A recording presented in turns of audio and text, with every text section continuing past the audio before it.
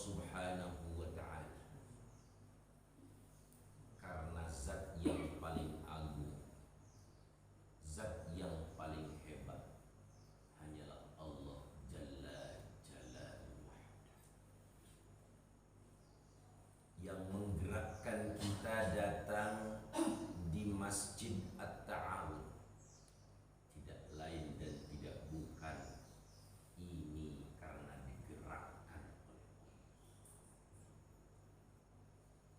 Berapa banyak di antara saudara-saudara kita yang terhimpun dalam komplek Gria Jakarta tidak bisa datang di Masjid At-Ta'awun. Kenapa? Karena belum digerakkan oleh Allah Subhanahu. Tapi gerakan Allah itu semua karena kita ada usaha. Tanpa ada usaha, tanpa ada gerak dari kita, Allah pun tidak akan menggerakkan kita. Maka hadirin yang mulia, kita ini bersyukur kepada Allah bisa sholat subuh berjamaah di masjid. Dan alhamdulillah saya bisa menjambangi dua masjid.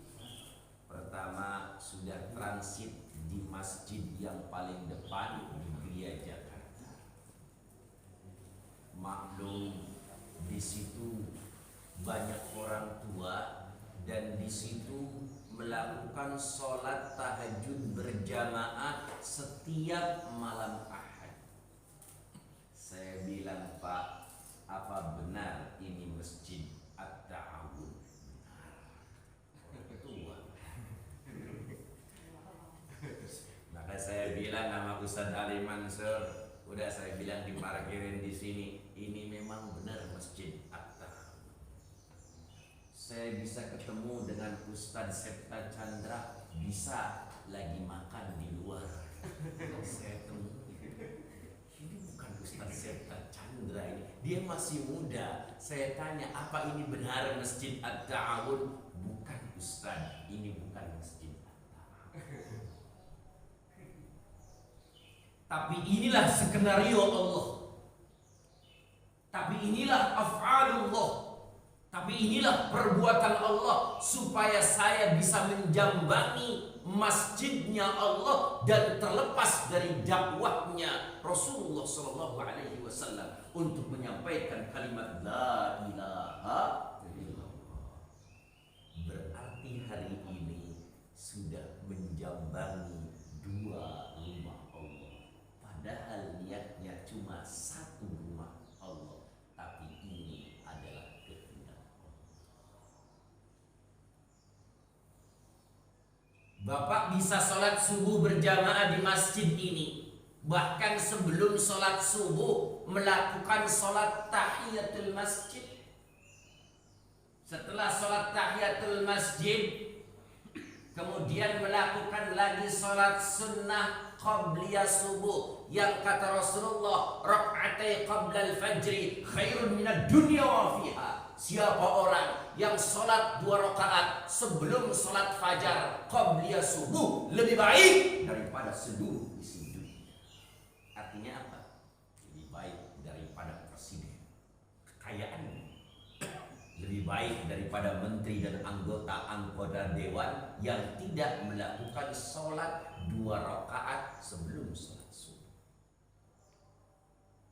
Lebih asyik lagi sebelum sholat subuh, ma bainal adzan wal iqamah istijaba lahu du'a. Siapa orang yang berdoa di antara azan dan qomat, maka doa-doa itu akan diijabah oleh Allah. Allahu Akbar. Banyak keistimewaan dalam Islam, tapi terkadang kita lupa untuk mengamalkan keistimewaan Islam. Kemudian kita sholat subuh berjamaah. Yang kata Allah, aqimis salata liduluki samsi ila ghasaqil laili wa qur'anal fajri inna qur'anal fajri kana mashhuda, di mana salat subuh disaksikan oleh malaikat malam yang rolling dengan malaikat pagi sampai menjelang malam.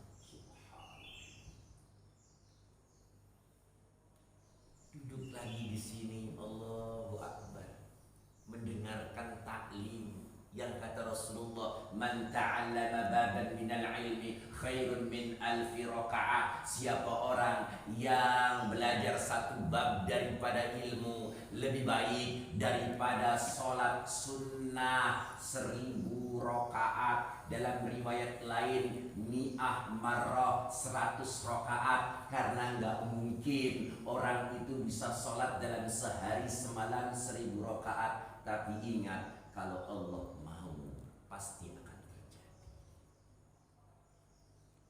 Saya pernah menyampaikan ceramah, ada kritik dari netizen. Ustaz Asmi, kalau ceramah itu yang masuk akal, yang rasional. Masa Imam Nawawi Ad-Damashqi menghatamkan Al-Quran dari pagi sampai pagi hari lagi 24 jam bisa sampai 8 kali. Wong satu juz aja membutuhkan waktu kurang lebih 20 menit. Kok itu bisa sampai 8 kali? Di mana rasionya? Hai orang yang sudah dekat dengan Allah, di mana ayat-ayat Al-Quran itu sudah nempel di dalam dadanya, sudah berada di luar kepalanya. Membaca Al-Fatihah saja kita membutuhkan waktu kurang lebih 5 menit atau 2 menit atau 3 menit, tapi karena kita sudah terbiasa 2 detik selesai. Alaysa kadzalik Ustaz Sefta Chandra? Oh, kalau pakai talafuz juga bisa. Ternyata orang yang soleh sudah mukasyafah dengan Allah, waktunya dalam sehari semalam bukan 24 jam, tapi dilipat gandakan waktu itu, sehingga semakin asyik bersenda gurau dengan. Maka kalau sudah berbicaranya Allah, kalau sudah berbicaranya Rasulullah, apapun yang kita kerjakan ini serasa nikmat. Ustaz Sefta Chandra ini murid saya tahun 1998.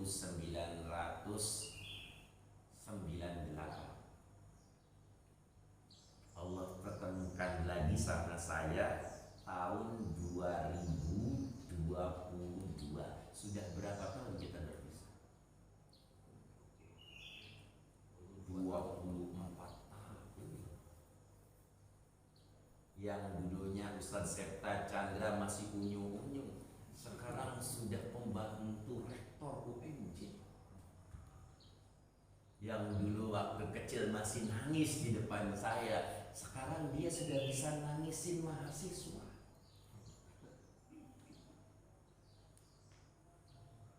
24 tahun bukan waktu yang sebentar, waktu yang panjang. Rasulullah Shallallahu Alaihi Wasallam menyampaikan dakwah Islamiyah kurang lebih 23 tahun. Ini sudah berpisah 24 tahun, tapi Allah pertemukan di Masjid At-Ta'awun, di masjid di mana Masjid At-Ta'awun ini penuh dengan saling tolong menolong sesuai dengan namanya At-Ta'awun. Jangan-jangan awal bikin Masjid At-Ta'awun terinspirasi dengan Masjid At-Ta'awun yang berada di puncak. Ada di sini orangnya, penggagas, pendiri Masjid At-Ta'awun. Mana orangnya? Pak siapa? Pak Saiful. Kenapa namanya At-Ta'awun? Ya, ini Ustaz, karena di sini tidak ada tempat sholat bareng, terus kita bareng-bareng ngumpul di sini, ayo membuat sebenarnya musola ini apa? Kalau di Timur Tengah nggak ada musola, apalagi langgar, nggak ada. Ntar sholatnya di langgar. adanya masjid. Masjid itu ada yang namanya masjid jami, ada yang masjid ghairu jami. Tapi nggak ada tulisannya masjid jami dan ghairu jami, nggak ada. Ya udah masjid aja, karena masjid itu adalah tempat sujud, tempat orang sholat. Tapi di Indonesia beda term, beda nama lagi. Nggak jadi masalah, tujuannya sama. Ta'awanu 'alal birri wat taqwa wa la ta'awanu 'alal ismi wal 'udwan. Tolong menolonglah dalam kebaikan dan urusan takwa, jangan tolong menolong dalam kejelekan dan kemungkaran. Ini Ustaz Cipta Chandra dengan wasilah beliau memanggil saya di sini adalah tolong menolong dalam kebaikan. Saya tanpa berpikir tempatnya di mana, tapi perlu Bapak ketahui, tahun 2006 saya sudah ceramah di Masjid At-Taqwa Pamulang Ekstik. Araf tuh lewat. Komplek ini sudah ada belum tahun 2007? Sudah. Kelihatan ini komplek sudah lama. Berarti keistimewaan yang kita gapai, yang kita raih saat ini sangat amat banyak. Bahkan kata Rasulullah, siapa orang yang keluar dari rumahnya dalam keadaan berwudu untuk menunaikan sholat berjamaah di masjid yang 5 waktu, apalagi sholat subuh, setiap langkahnya kebaikan, setiap langkahnya menghapus dosa. Kemudian apa kata Rasulullah? Pahalanya sama halnya seperti pahala haji dan umroh. Ustaz Seta udah naik haji belum? Yang sudah naik haji cuma tahun berapa Pak? 2013. Berarti di bawah saya. Saya alhamdulillah tahun 2012 ngawal Menteri Pertanian.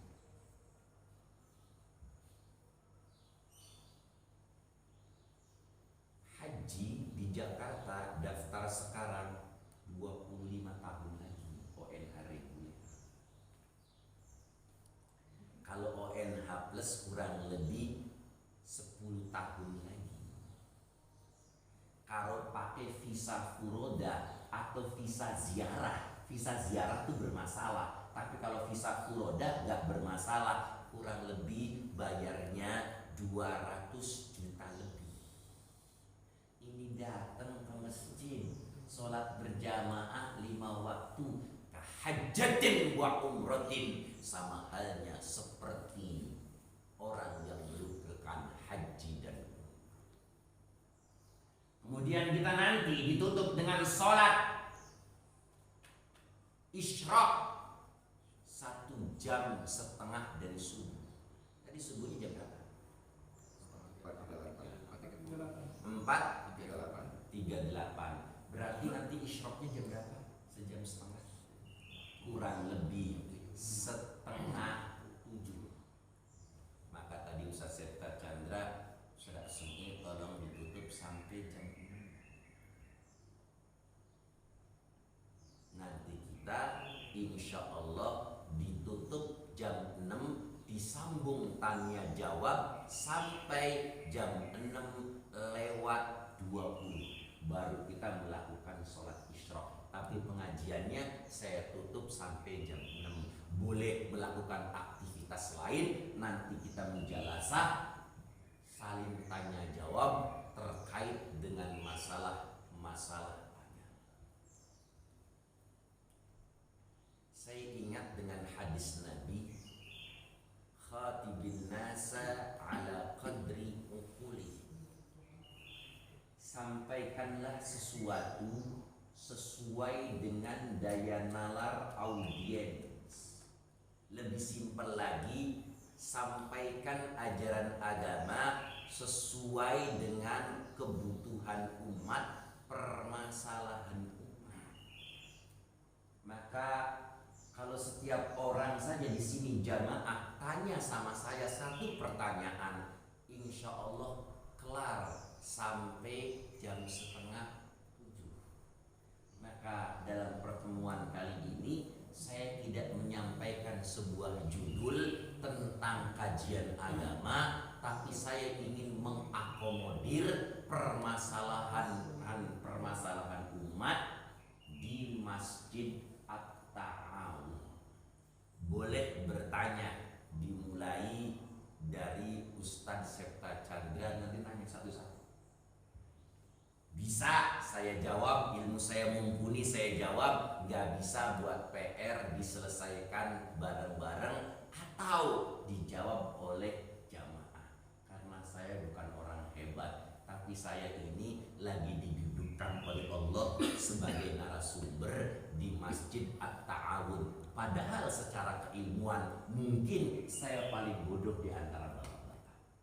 Cuma Allah lagi mengangkat derajat saya menjadi narasumber dalam kuliah subuh di Masjid At-Ta'awun. Maka hadis Nabi itu redaksinya berbeda-beda, muatannya berbeda-beda, isinya berbeda-beda, terkait dengan ajaran Islam. Kenapa? Sesuai dengan kebutuhan umat.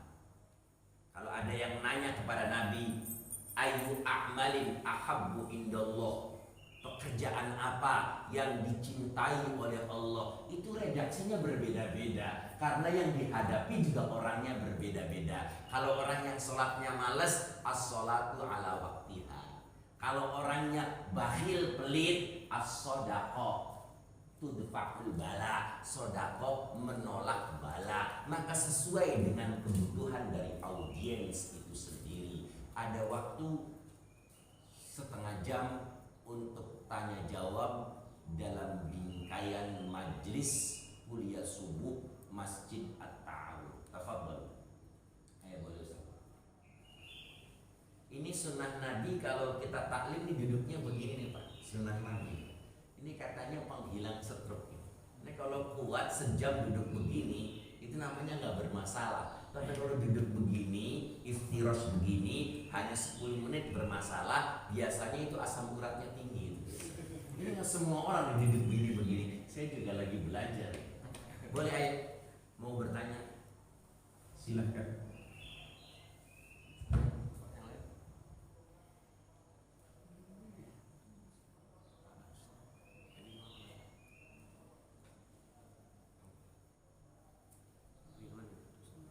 Silakan.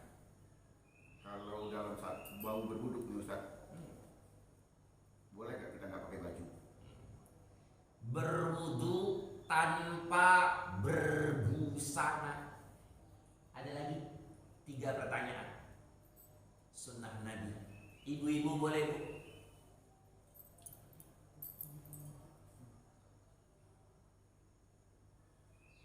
Sambil menunggu pertanyaan dari yang lain, saya ingin jawab. Kalau salah tolong dikoreksi, kalau kurang lengkap tolong dilengkapi. Secara fikih, orang berwudu tidak berbusana berbarengan dengan mandi sah. Secara fikih.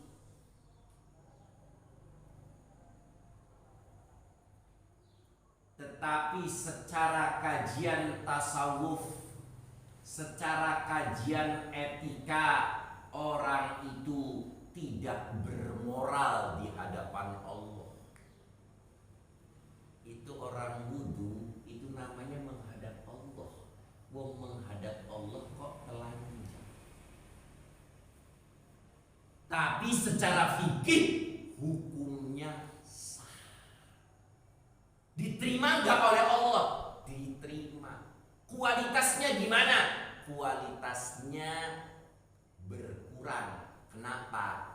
Karena berwudu tidak menggunakan etika. Ulama mengatakan al-adabu fauqa syariah. Etika di atas hukum. Saya pernah wudu di kamar mandi. Keluar dari kamar mandi pakai pakaian rapi, tertutup. Ditanya sama Ustadz Najib Al-Mahfud, mutakharrij Madinah, keluaran dari Al-Azhar University yang sekarang sudah meninggal dunia. Dulu waktu pesantrennya kuliah di Madinah University juga dengan Hidayat Nur Wahid. Tawaddu. Awalnya beliau nggak nanya, beliau awalnya begini, silakan wudhu. Saya bilang tawaddu, saya sudah wudhu. Oh, berarti wudhu di kamar mandi dong? Iya, wudhu di kamar mandi. Tafadhol. Wudhu di kamar mandi. Wudhu di kamar mandi hukumnya makruh. Maka saya ngomong, makruh kan nggak apa-apa. Makruh dalam kajian fikih nggak apa-apa. Tapi kalau dalam kajian tasawuf, orang yang melakukan amalan makruh, dia sampai bergabung hidupnya, berkabung, sedih, sangat sedih-sedihnya. Maka wudhu di kamar mandi juga sah, tapi itu hukumnya makruh. Kenapa? Karena setiap mau wudhu disunahkan talafuz. Talafuz itu apa? Berucap, membaca bismillah. Di kamar mandi baca bismillah tidak boleh, hukumnya makruh. Maka berarti dia tidak baca bismillah, ataupun baca bismillah hukumnya makruh. Terus kalau umpamanya di kamar mandi kan bercampur, di situ adanya najis, bekas kencing, bekas buang air besar. Sementara ini kalau kita di tempat wudhu, jelas tempatnya itu bersih, suci. Maka ulama mengatakan al-adabu fauqa syariah, bahwasannya etika di atas hukum. Maka definisi makruh begini Pak, kalau yang enak. Kalau Bapak baca usul fikih, baca kitab-kitab fikih tentang makruh, pasti definisinya begini. Dikerjakan enggak apa-apa, ditinggalkan dapat pahala. Maka image berpikir masyarakat, oh enggak apa-apa kok. Padahal definisi makruh yang paling tepat gimana? Apabila ditinggalkan mendapatkan pahala, apabila dikerjakan dibenci Rasulullah, apabila dikerjakan dibenci Allah. Itu apa namanya? Dalam suami istri ada yang namanya cerai, hukumnya makruh. Ada cerai itu hukumnya makruh, ada cerai hukumnya wajib, ada cerai hukumnya sunnah. Banyak hal itu. Ini berbicaranya tentang berbicara fikih. Sama seperti nikah juga. Nikah bisa wajib, nikah bisa sunnah, banyak hal. Walaupun ada ulama dalam Islam nikah memang hukumnya macam-macam, tapi kalau cerai itu nggak ada itu cerai. Cerai itu hanya solusi terakhir, tapi Nabi tidak ada yang menceraikan istri-istrinya. Padahal jelas istrinya sudah kafir, tapi nggak ada Nabi yang menceraikan istri-istrinya. Maka cerai itu nggak ada. Ada ulama yang seperti itu. Bagaimana caranya kita ini sabar menghadapi istri? Bagaimana seorang istri sabar menghadapi suami?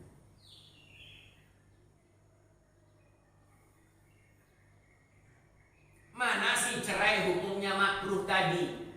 Alangkah lebih baiknya ditinggalkan, jangan cerai sesama suami istri. Abghadul halal indallah at-talaq. Segala sesuatu yang diperbolehkan Allah tapi dibenci oleh Allah, itu adalah cerai. Ini cerai dalam tataran rumah tangga suami istri, cerai dalam dataran yang luas, itu cerai dengan tetangga, cerai dengan teman, cerai dengan sahabat, cerai dengan sesama muslim, bahkan cerai dalam lintas agama. Islam tidak mengajarkan permusuhan, tapi Islam mengajarkan persatuan. Kita boleh berbisnis dengan non-muslim, boleh-boleh saja. Ini Bapak pertanyaannya satu, saya jawab secara luas supaya apa? Nunggu pertanyaan yang lain. Boleh. Melanjutkan tadi kan, masih ini bab toharoh ya. Siap, Fadhil. Karena ibadah itu kan awalnya dari toharoh. Ya gitu suci. Nah ini ketika kita mandi junub, mandi besar ya, setelah jima, apakah kemudian kita wajib wudhu lagi? Nah, karena logikanya itu membuang hadas besar. Wudhu hadas kecil, maka logikanya besar aja sudah hilang, apalagi kecil kan begitu. Nah lanjutannya juga ini soal fikih ini kan banyak khilafiyah ya. Nah bagaimana kita menyikapi soal khilafiyah ini? Soal fikih ada yang bilang begini, ada begitu. Kita sebagai orang awam itu mengikuti dan menyikapinya seperti apa, biar kemudian khilafiyah itu tidak, perbedaan itu kemudian tidak membuat kita merasa paling benar seperti itu. Terima kasih pertanyaan dari Ustadz Septa Chandra. Karena beliau anak muda, biasanya pertanyaannya tentang masalah ranjang, tapi kaitannya tentang mandi besar. Pinter dia. Saya lagi ngomong masalah ranjang dulunya, biar Bapak ini paham dan selalu pengantin baru. Gak ada pengantin lama, Pak, gak ada. Pengantin baru terus. Gak ada mantan pacar, gak ada pacar terus. Jadi apa-apa sih yang disunahkan ketika kita mau hubungan suami istri? Karena berbicaranya tohar, disunahkan wudhu terlebih dahulu.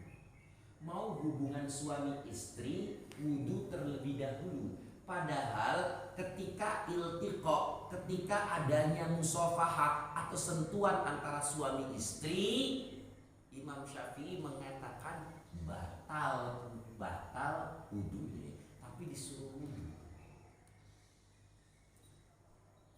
Selesai wudhu, apa kata Rasulullah? Sunnah lagi sholat 2 rakaat sebelum melakukan hubungan intim, berdoa kepada sebelum hubungan intim, berdoa lagi, Allahumma jannibna syaitan wa jannibis syaitan ma razaqtana. Hafal gak? Kalau nggak hafal, Bismillahirrahmanirrahim.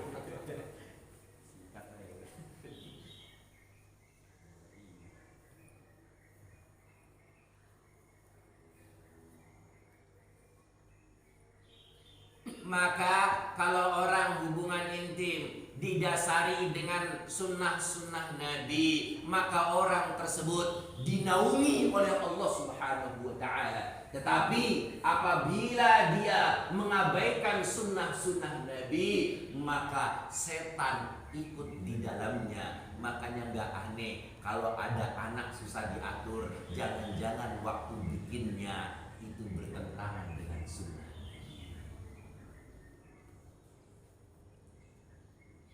Bahkan maaf nih Pak, Bu, ya Bu ya, maaf, ada hadis Nabi, kalau kalian hubungan suami istri di bawah selimut. Maksudnya apa? Jangan telanjang bulat, ditutupin. Supaya apa? Supaya ada keharmonisan. Kenapa? Karena kebanyakan wanita itu memiliki sifat haya, memiliki sifat malu yang sangat dominan. Itu Islam. Oh Ustaz, ada yang ngomong nih, itu gak enak Ustaz kalau begitu. Maksudnya apa? Maksudnya kalau ditutupin biar ada rasa penasaran.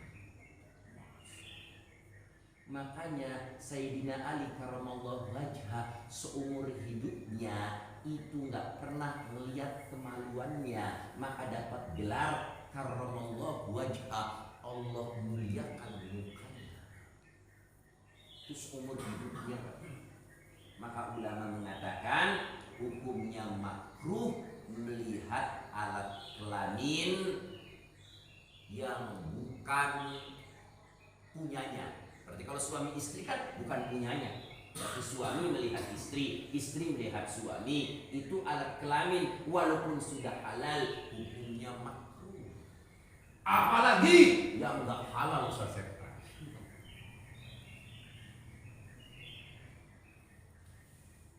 Terus bagaimana caranya ketika mandi janabah?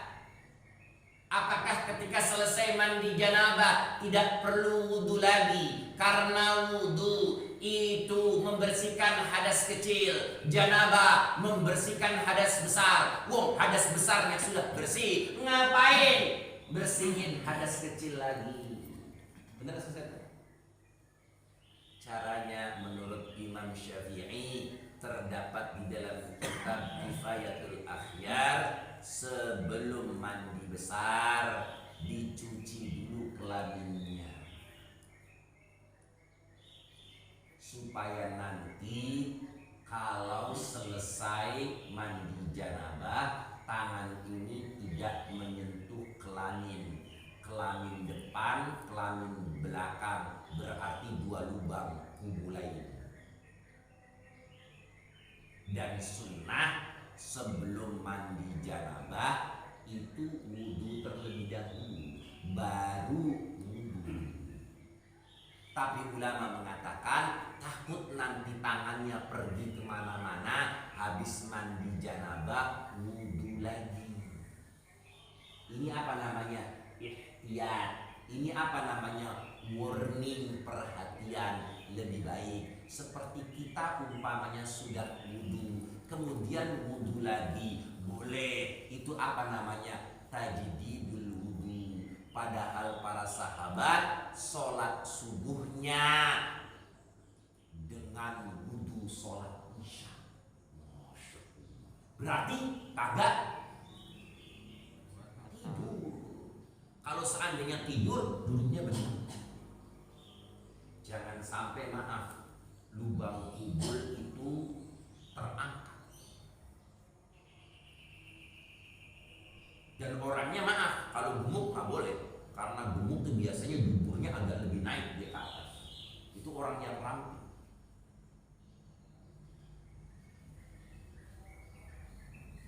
Maka kalau mandi janabah, ulama mengatakan karena itu sudah membersihkan hadas besar, tidak perlu lagi hadas kecil. Tapi caranya bersihkan dulu kelaminnya. Tapi ulama menggarisbawahi lagi, sebelum mandi besar disunahkan wudhu terlebih dahulu. Sampai di sini jelas? Sebelum perbedaan pendapat, jelas sampai di sini? Jelas Pak tentang ghusl janabah, tentang mandi besar? Isalul ma' ila jami'il a'dha, membasuh seluruh badan kita dengan air. Isalul ma' dari atas sampai bawah. Maka mandi janabah yang paling gampang, paling enak di sungai, di laut, di danau, di kolam renang, celup, udah selesai.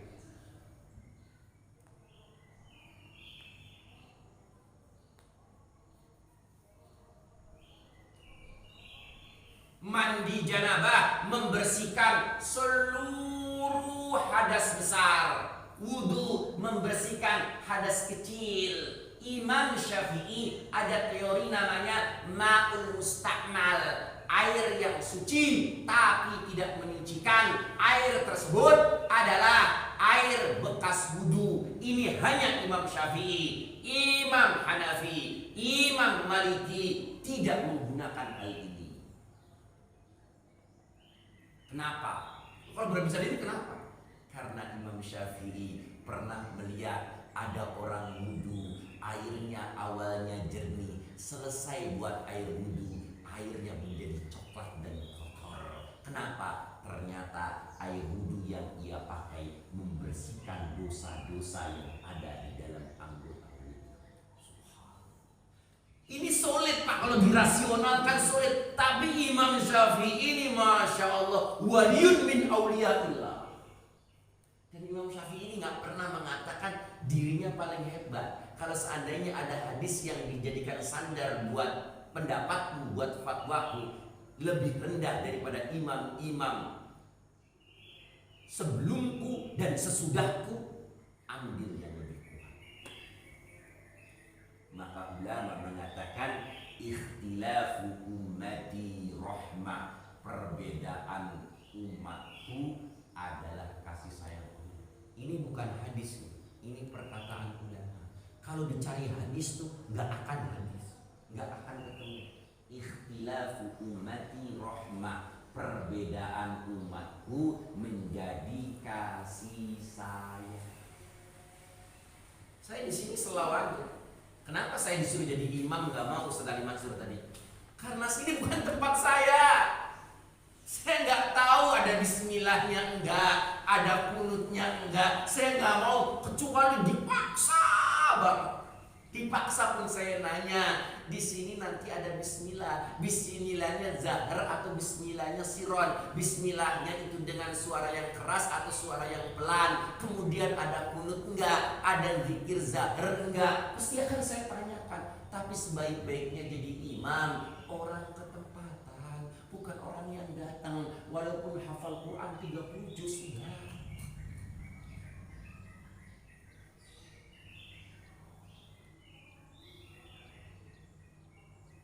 Ulama sudah sepakat bahwasannya surah Al-Fatihah sab'ul masani, 7 ayat. Loh, kalau nggak ada bismillahnya menjadi 6 dong? Bukan. Ayat terakhir dibelah menjadi 2. Benar Saudara Mansur? Begitu. Salah. Oh, kalau pakai bismillah itu perbedaan ulama.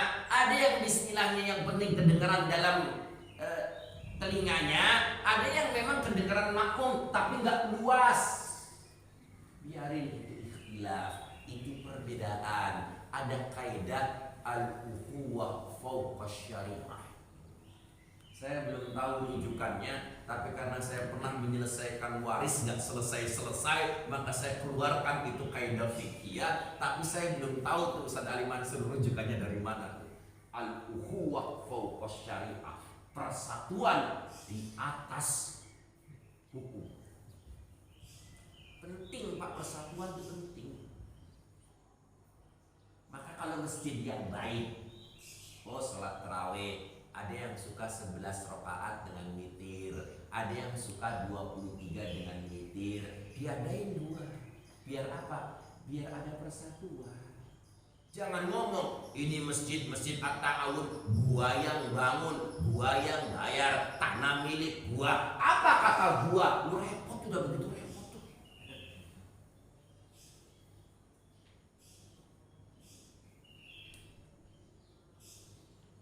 Maka perlu persatuan. Coba lihat di Arab itu santai aja. Saya melihat ada orang sholat yang begini, Allah, ada yang Allah. Yang makruh tuh mana takbir? Allah. Makruh. Kenapa? Melebihi kepala dia. Mau Allah songong begini kan songong. Ada yang saya lihat itu nggak sedekap.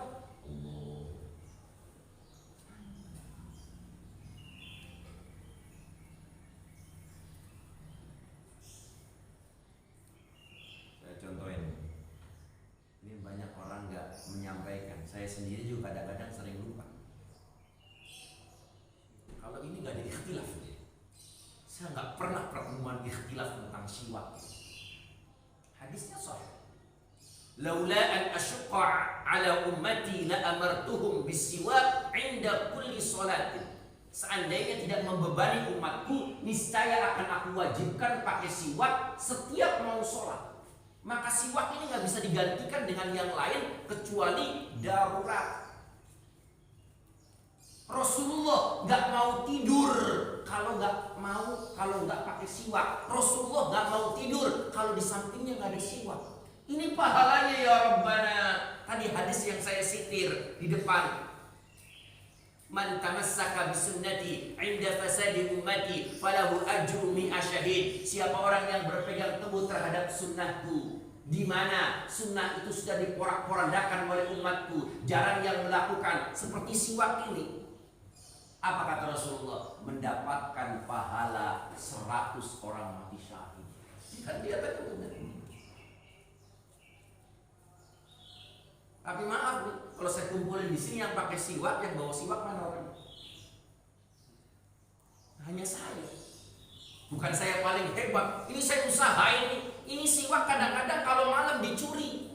Siapa yang nyuri? Tikus. Kenapa? Kadang-kadang pemilik siwak lupa siwak itu dicuci.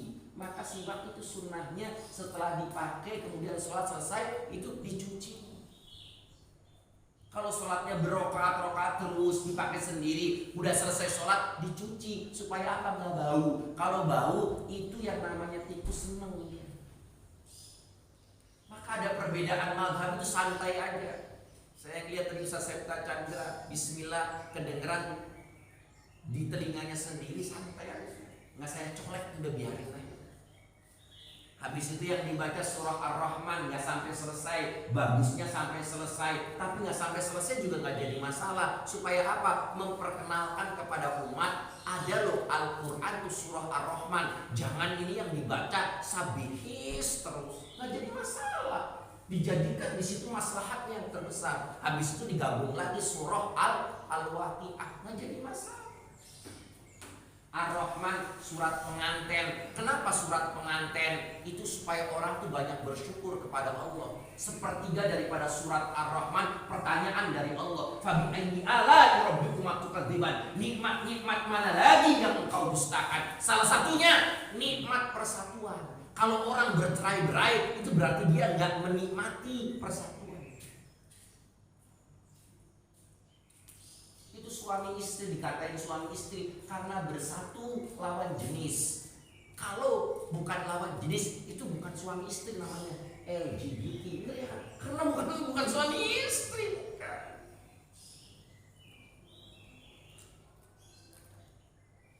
Maka ada madhab Hanafi, ada madhab Maliki, ada madhab Syafi'i, ada madhab Hambali. Silakan aja, mereka juga pakai hadis, pakai istidlal masing-masing. Kata Rasulullah, kalau kalian berijtihad kemudian benar, falahu ajroni, mendapatkan 2 pahala.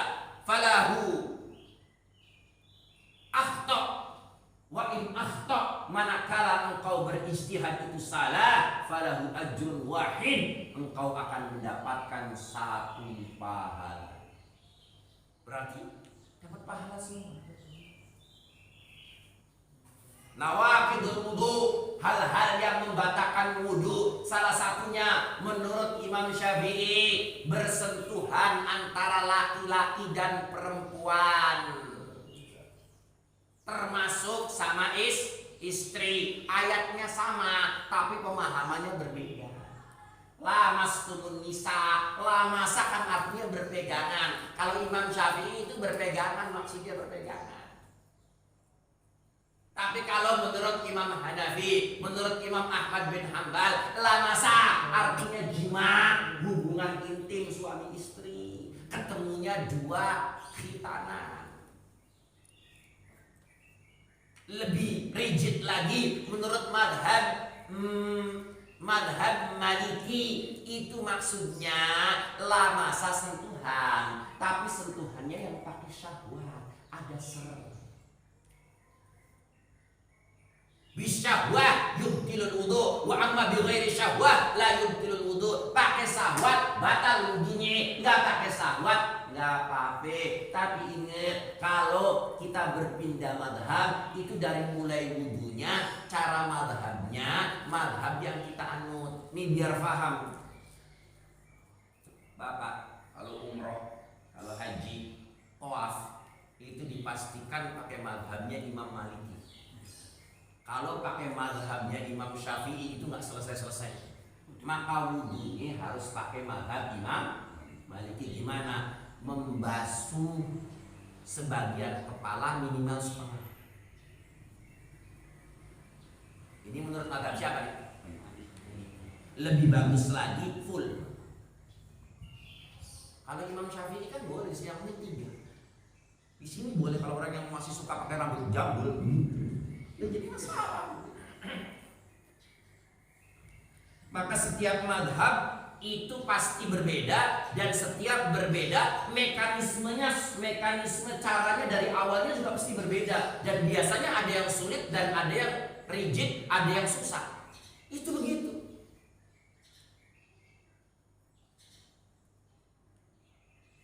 Imam Syafi'i bersentuhan batal, pakai syahwat nggak pakai syahwat batal, tapi wudhunya kan lebih mudah daripada Imam Maliki.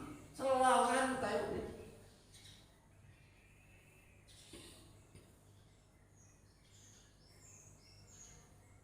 Cukup.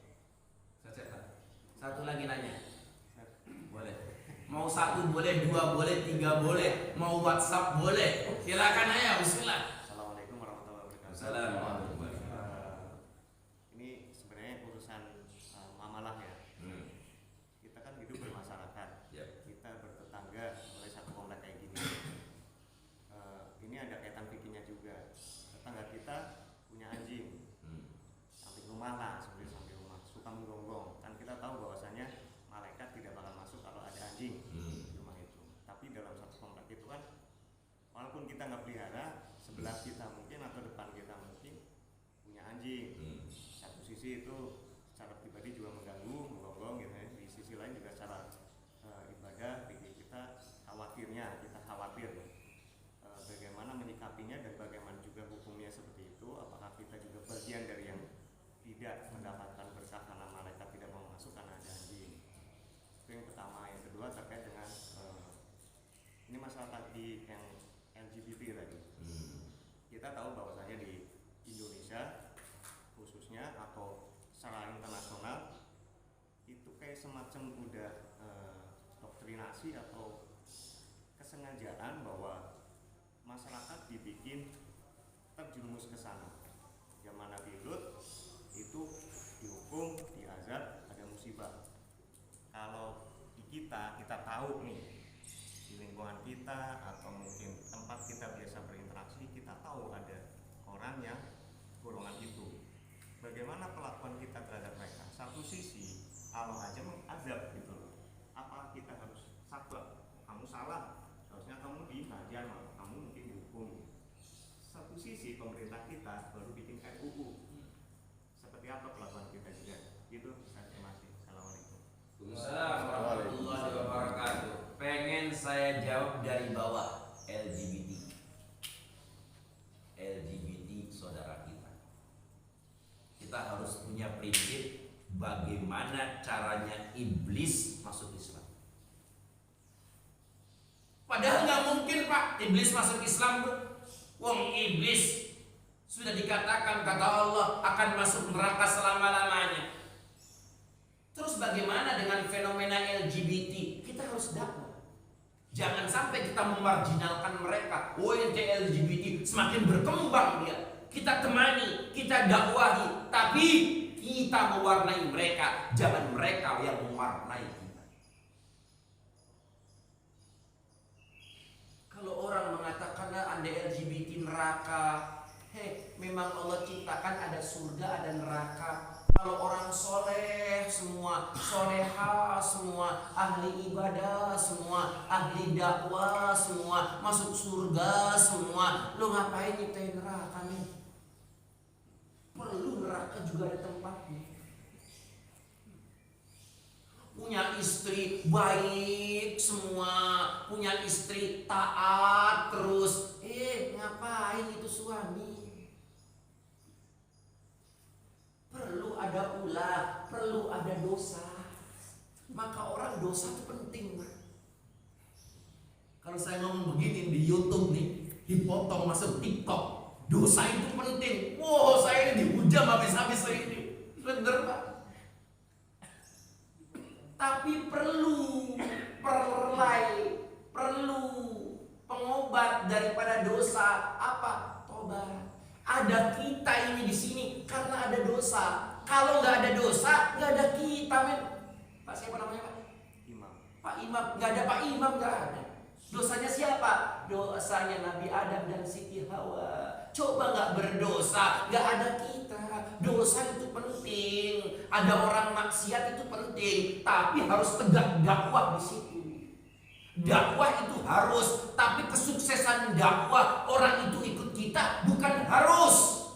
Setiap orang dakwah pasti sukses. Suksesnya apa? Dia ikutin kita, ikutin kepada syariat Islam atau tidak? Bukan. Kesuksesan itu manakala kita sudah mendekatkan dakwah. Itu aja. Maka hadisnya la ghadwatun fi sabilillah aw rawhatun khairun minad dunya wa fiha. Siapa orang yang keluar sepagi sepetang di jalan Allah lebih baik daripada seluruh isi dunia. Bahkan dalam hadis yang lain kata Rasulullah, siapa orang yang berdakwah kepada umat, maka dia sama halnya seperti sholat 2 rakaat di depan Hajar Aswad di malam Lailatul Qadar. Maka saya sambung dengan anjing tadi. Orang punya anjing biarin aja. Ada khilafiyah juga. Anjing itu boleh dipelihara menurut mazhabnya Maliki, boleh. Padahal mazhab Maliki juga ada yang namanya najis mughalladhah, najis yang berat, dicuci 7 kali, salah satunya dengan debu. Bahkan ada ulama tetap 7 kali, tapi yang 8 kali ini yang ke-8-nya dipakai debu, nggak jadi masalah. Ada yang punya anjing nggak jadi masalah. Saya di Jakarta tuh banyak orang punya anjing. Saya datangin aja sambil senyum-senyum sambil saya liatin nama anak saya itu, nah anjing itu, nah saya tanya, bang ini anjing ini berapa belinya bang? 30 juta. 30 juta kecil. 30 juta. Yang celontrong-celontrong begitu pertama. Pernah lihat nggak bang? Jabrik. Ketemu lagi saya sama non muslim dia pelihara anjing. Saya tanya, bang anjing tuh biaya hidupnya berapa sih bang? Sebulan nggak mahal sih pak. Berapa? 15 juta.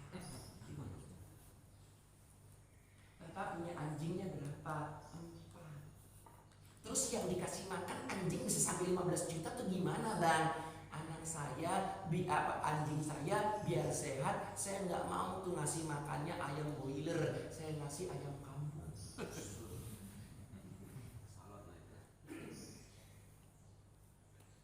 Bapak begitu sayang sama anjing, anjing pernah berjasa nggak sama bapak? Apa kata dia? Anjing yang saya pelihara ini pernah menyelamatkan saya dari kematian. Dia mengorbankan dirinya mati, sayanya nggak mati. Oh, suatu ketika saya lagi berburu pakai anjing, ada itu yang namanya babi mau nyeruduk saya. Babi itu kalau nyeruduk dia nggak berhenti. Ternyata anjing milik saya itu langsung ke depan mengenai anjing saya itu mati. Seandainya nggak ada anjing di depan saya, maka niscaya saya ini akan diseruduk babi dan mati. Maka kalau saya pelihara apa aja boleh deh. Yang penting jangan sampai kewajiban kita tertinggal dan mengganggu orang lain. Punya anjing nggak jadi masalah, dikandangi. Kok anjing tuh menggonggong? Kenapa? Kalau anjing menggonggong tuh melihat malaikat. Dan ada kemungkinan juga anjing menggonggong itu melihat maling, melihat orang aneh. Dan ada kemungkinan juga anjing itu menggonggong karena lapar. Maka kalau hadis yang sahih, bukan anjing, malaikat nggak masuk. Manakala rumah itu ada patung. Karena mazhab Maliki mengatakan boleh memelihara anjing, tapi beliau juga Imam Maliki mempunyai perspektif tentang najis mughalladhah, najis yang berat. Maka itulah uniknya bermasyarakat, Pak. Ada yang senang sama anjing, ada yang senang sama burung, ada senang sama ikan, ada senang sama apa lagi tuh. Banyak macam-macam, ada yang ular, macam-macam. Maka kalau ada orang yang suka anjing, oh burung tentang kebesaran anjing, biar dia ngerti. Oh Pak, kalau punya anjing Bapak jangan diumbar kemana-mana. Kalau diumbar kemana-mana masuk ke rumah saya, kemudian jilat-jilatin, najisnya itu mughalladh, repot bagi saya Pak. Tapi ngomongnya lagi ngomong bercanda. Kalau ngomongnya lagi serius berantem. Pak, lo punya anjing, gitu semua berantem, jangan ribut urusan. Itulah kita berdakwah dengan apa? Bil hikmati wal mau'izatil hasanati wajadilhum billati hiya ahsan. Pertama pakai hikmah, kedua baru nasihat. Adanya perdebatan alternatif terakhir, itu pun paling terakhir, udah mau kiamat itu baru wajadilhum billati hiya ahsan, kalau mau kiamat baru.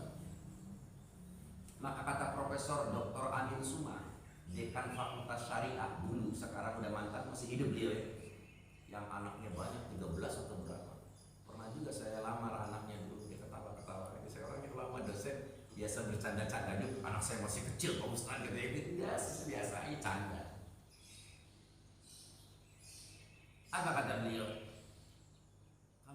Kalau puasa, jangan suruh nutup warteg, jangan suruh nutup restoran Padang. Memang di Indonesia Islam semua. Orang Islam juga boleh makan di siang hari di bulan Ramadan. Mungkin dia musafir. Kalau perempuan mungkin dia lagi nifas, ataupun jangan-jangan dia gila. Udah gak jadi masalah selalu. Cuma hormatin, jangan sampai kelihatan orang lain. Selesai Pak. Emang itu Islam gitu. Lah kalau ditutup kan repot. Ada musafir mau makan gak bisa. Oh, dia harus nyiapin dari rumah. Nggak semuanya orang tuh bisa nyiapin dari rumah, enggak. Tapi kalau ngikutin bapak aneh repot. Bapak aneh tuh keras. Pesantren. Ya, ini kan jauh dari Jakarta ke Cirebon. Kan boleh ya. Saya nggak puasa. Nah saya kan ini kan musafir. Kan ada tuh fikihnya. Lo masih kecil fikih-fikih. Boleh ikutin aja. Kalau lo bentar mau mati baru nggak puasa. Bapak saya begitu kalau ngomong gitu. Saya diem aja. Bapak saya gitu. Orang saya begitu. Saya ngerti. Oh iya. Kalau cari agama itu cari yang tersulit dulu. Jangan cari yang termudah. Ad-dinu aqlun la dina liman la aqlala. Agama itu rasional. Dan tidak ada agama bagi orang yang tidak memiliki rasional. Kalau orang memaksakan lo jangan pelihara anjing, repot. Orang berbeda hobinya.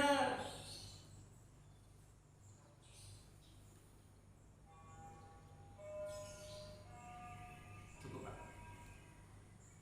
Kita dakwah terus. Saya maaf, lagi musim apa? Cincin. Mau saya punya cincin gede-gede tuh Pak. Di rumah banyak. Aku sekarang kemana coba?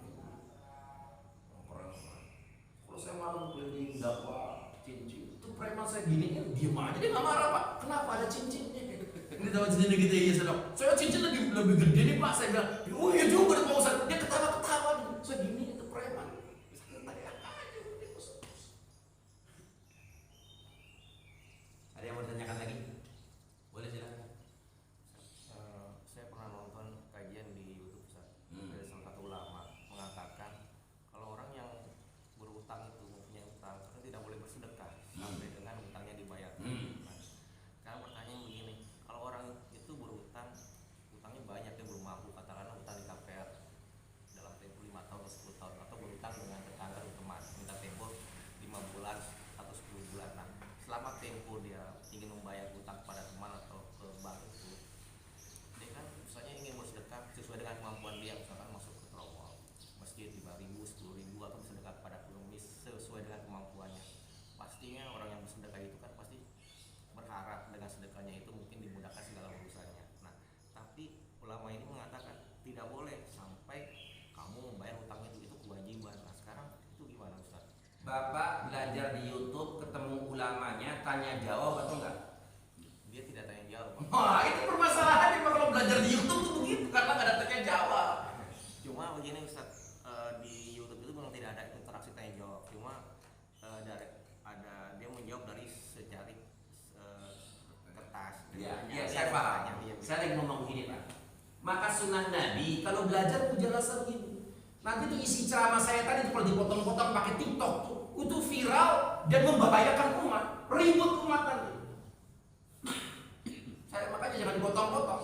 Itu biarin tuh ada dosa TikTok, ada dosa YouTuber, ada tuh kalau betul kalau dipotong-potong. Harus full dia. Terus bagaimana caranya? Orang yang memiliki utang, apa nggak boleh sedekah?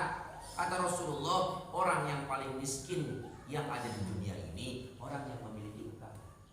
Itu yang pertama. Utang hukumnya dibayar wajib.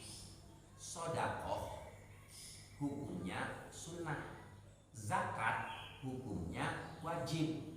Kemudian kok dia kan punya utang harus zakat juga. Wong dia punya utang ya nggak wajib zakat. Malah dia jadi mustahik orang yang menerima zakat. Maka simpelnya Pak, jangan membiasakan utang. Punya rumah, beli rumah, nggak bisa beli rumah. Kalau saya nih kontrak udah selesai.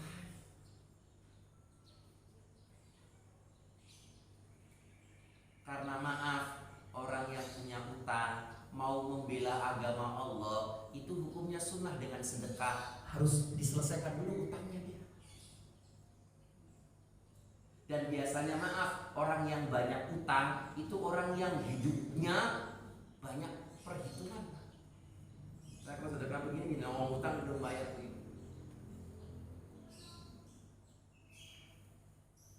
Maka orang yang paling kaya kata Rasulullah yang ada di muka bumi ini orang yang terbebas dari utang.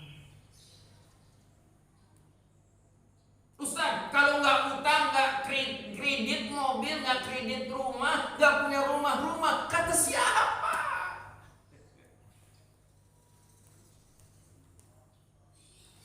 Saya maaf nih, mobil banyak saya, bahkan driver ganti-ganti saya.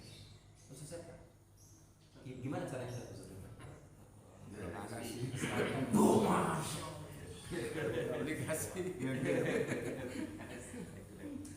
saya nggak perlu bayar pajak, saya nggak perlu nyuci mobil, saya nggak perlu bayar driver ganti-ganti dan terajib terhebat. Saya banyak ketemu banyak orang sehingga saya banyak berdakwah. Karena kadang ada non muslim juga tuh lagi nyetir, bang, saya sih menghargai abang. Abang itu kan orang muslim ya, orang-orang non muslim ya bang. Iya non muslim bang. Tapi bang, saya pengen sholat bang. Boleh nggak bang? Oh boleh banget bang. Senang. Ditunggu. Bahkan lebih senang lagi kalau saya bayar lebih. Senang.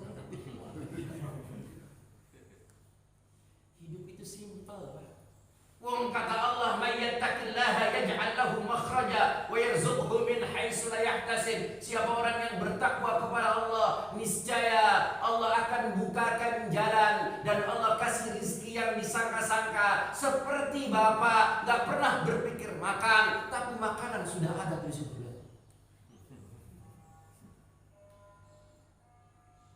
Maka setiap makanan kalau yang terjatuh dari mulut kita nggak sampai ke mulut kita, itu memang bukan rezeki kita.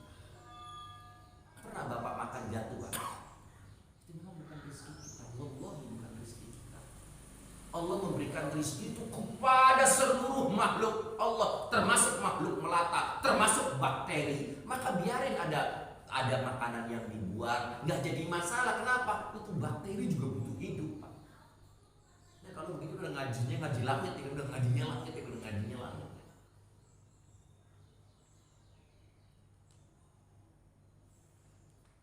Maka orang yang memiliki utang bukan nggak boleh bersedekah, boleh sesuai dengan kemampuannya. Bapak nggak nanya kan waktu di YouTube kan, nggak bisa bertanya kan, ya udah diputus. Jangan-jangan kalau Bapak naik emosinya, ini kurang ajar nih, Ustaz ini menyebarkan kesesatan. Ini begitu jadinya. Saya kalau mau baca YouTube gitu, Masya Allah, waktu Ustaz Arifin Ilham memposting bini 2, bini 3, itu termasuk saya yang melarang beliau. Kenapa? Nanti pasti akan menimbulkan fitnah. Ustaz suka begini ngomongnya nggak jelas-jelas tuh. Ustaz suka keram, macam-macam dia ngomong. Nggak bisa. Itu nikah 1, 2, 3, 4 itu amalan inferior. gak usah dipublikasikan, gak usah. Makanya saya mah Ustaz Seta punya istri satu tapi rasanya 4, udah gitu aja. Udah enak saya gitu aja daripada punya istri 4 serasa gak punya istri, udah gitu aja. Nih istri saya juga teman pesantrennya Ustaz Seta sama. Jadi istri saya juga termasuk murid saya. Maka salah satu guru yang menelanjangi murid ya saya Ustaz. Ya Bu. Cukup? Boleh? Tapi sudah ada hitung-hitungannya. Kalau mau KPR di bank itu kredit sepertiga aja daripada pemasukan. Gaji 15 juta itu pasti pelaporan kredit cuma 5 juta. Nggak boleh 10 juta tuh nggak boleh. Tapi kadang maaf ini bank juga akal-akalan ditinggiin gajinya padahal gaji fiktif. Itu yang bikin repot karena dia sudah bohong maka bikin susah oleh Allah. Saya punya kakak nih, antum biar tahu. Kakak saya ini alumni pondok pesantren Langitan. Usahanya sekarang showroom mobil, nggak banyak sih, paling punya 6 unit. Kakak saya ini lain, nggak punya ATM, nggak punya nomor rekening. Dia beda dia pemikirannya. Saya hargai santai aja ngadepin kakak saya santai. Bang, mobil berapa harganya Bang? Innova Bang? 350. Saya punya 2,5 Bang. Terus 100-nya gimana? Saya dibayar pakai leasing Bang. Oh, kalau bisnis ada pihak yang ketiga hukumnya haram, nggak jadi. Nggak usah. Gitu dia Bang. Saya ini asmuni katanya punya nomor rekening itu hanya ketika naik haji. Habis selesai naik haji, saya tutup tuh rekening saya, udah nggak ada lagi. Saya sukanya muamalahnya seperti muamalah Nabi. Muamalah Nabi itu barang ketemu barang, duit ketemu duit. Saya bilang lebih hebat lagi, saya bilang dulu zamannya Nabi, saya bilang sedikit itu pakai duit itu barang sama barang aja barter. Bahkan zamannya Nabi ada nggak duit Pak? Nggak ada kan? Pakai barter aja udah beras sama itu. Dia senyum aja. Santai aja, itu ngapain pusing-pusing. Terus ngapain sih ada duit kalau semuanya dicukupkan oleh Allah? Pengen rumah ada rumah, pengen makan udah disiapkan makan. Lu ngapain duit? Ribet banget punya duit Pak.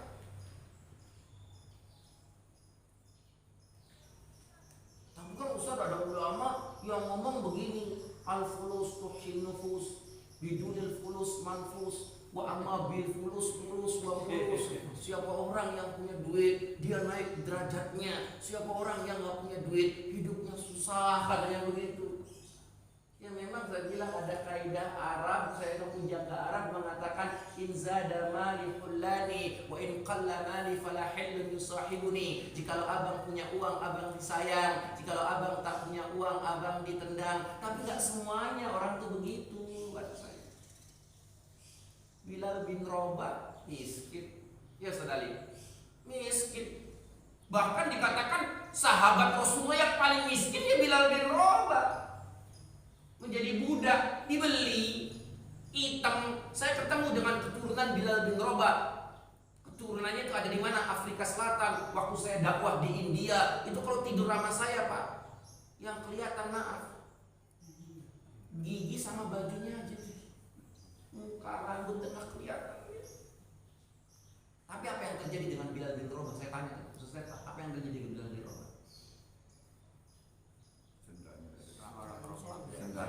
Kekayaannya. Saya mau nanya, Bilal bin Rabah ini sebagai budak akhirnya menjadi orang kaya raya dan menjadi gubernur. Bahkan wanita-wanita siap dipersunting dan dimaju oleh Bilal bin Rabah sebagai bini kedua, ketiga sampai keempat. Itu kehebatan Bilal bin Rabah. Tidak mencari harta, tapi harta yang merunduk-runduk di depan Bilal bin Rabah. Kenapa? Karena bertakwa kepada Allah. Maka utang nih, kalau saran saya, diminimalisir, jangan banyak utang, kredit jangan. Apalagi cuma beli handphone kredit. Ada tuh saya pernah lihat ada ibu-ibu beli daleman dari mulai BH sampai apa ya, kredit semua. Ada bu keliling, udah ngapain ya orang tua. Cukup Pak. Makanya kalau ngaji di